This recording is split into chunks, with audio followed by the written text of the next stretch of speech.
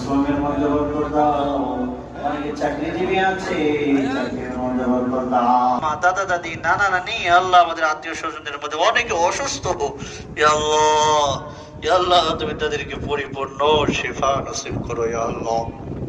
ইয়া আল্লাহ, মসজিদের সূচনা লগ্ন থেকে নিয়ে পর্যন্ত যারা যেভাবে সহযোগিতা করেছে সবার সহযোগিতা গুলোকে আল্লাহ তুমি কবুল আর মঞ্জুর করে নাও। ইয়া আল্লাহ, সবার কবরগুলোকে জান্নাতের বাগান বানিয়ে দাও। ইয়া আল্লাহ, যারা জীবিত আছে আল্লাহ সুস্থতার সাথে দীর্ঘ হায়াত দান করো। ইয়া রাব্বুল আলামিন, আমরা আমল করে রমজান মাসকে আল্লাহ কাটিয়েছিলাম, ওই রমজানের ধারাবাহিক